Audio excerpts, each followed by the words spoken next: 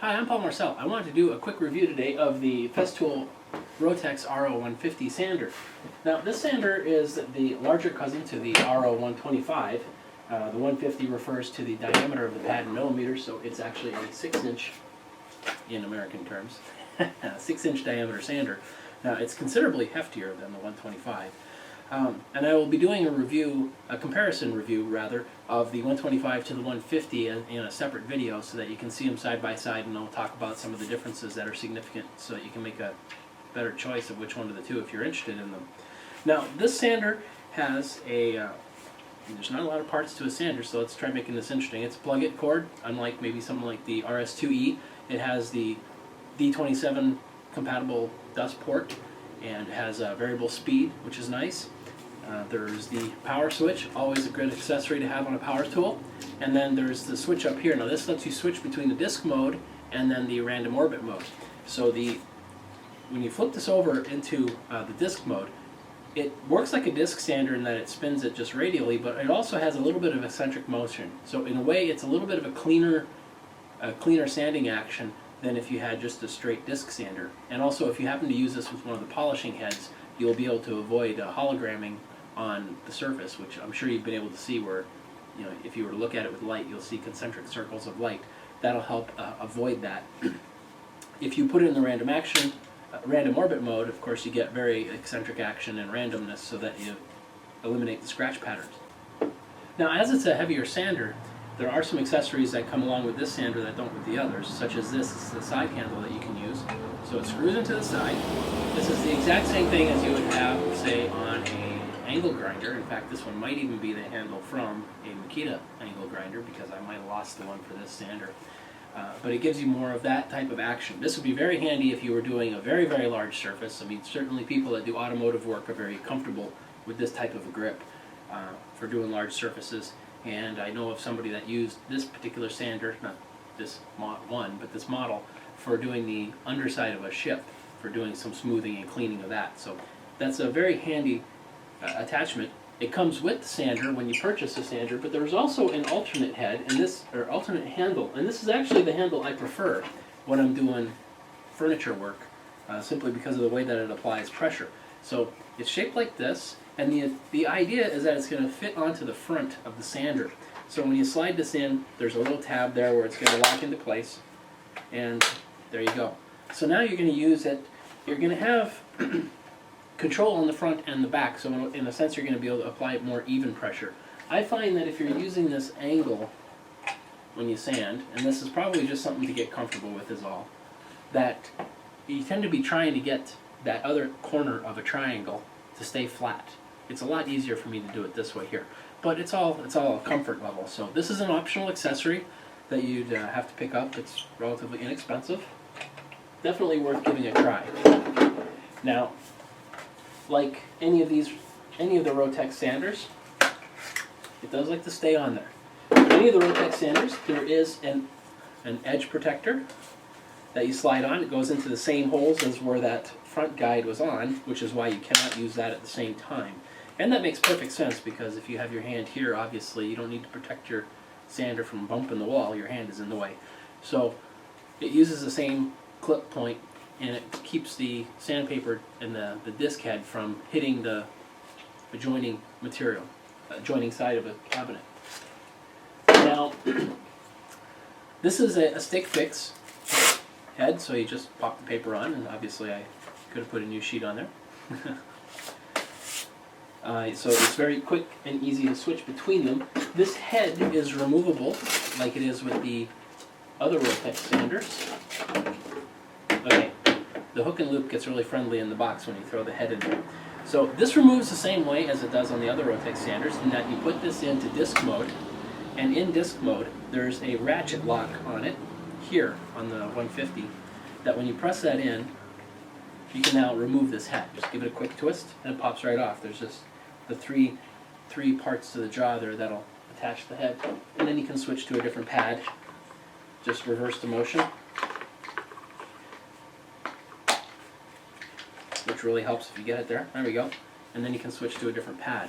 Now, this is the pad that comes with the sander. This is a semi-soft pad, and it's good for general sanding.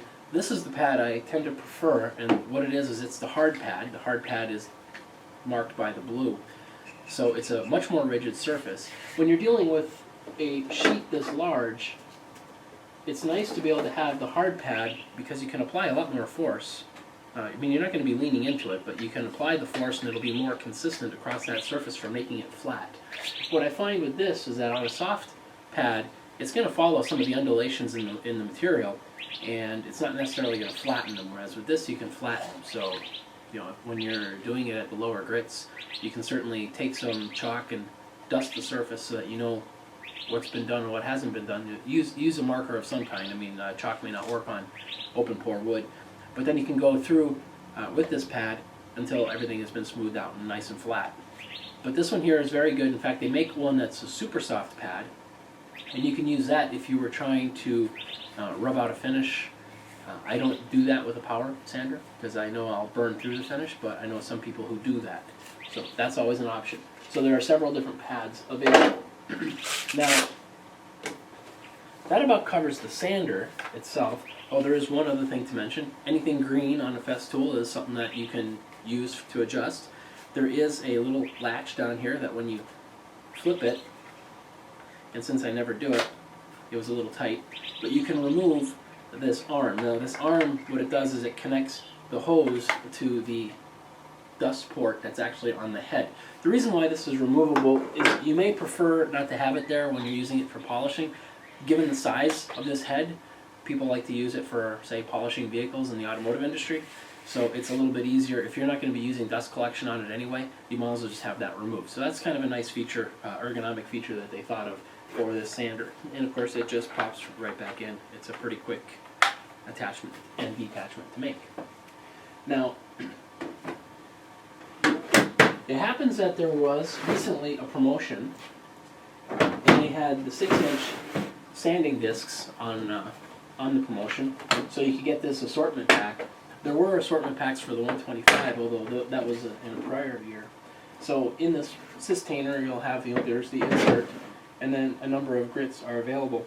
This is actually a pretty good deal if you can locate one, and there are still some available. I know that there's several stores here that still have some of them, and you get a very good mix of grits, Reuben and Brilliant too, and it's just convenient to have because then you don't have to worry about running out.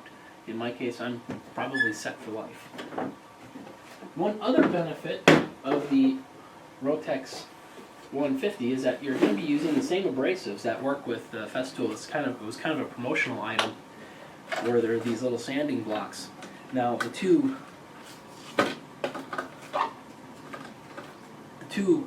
round blocks actually take the papers from the 150.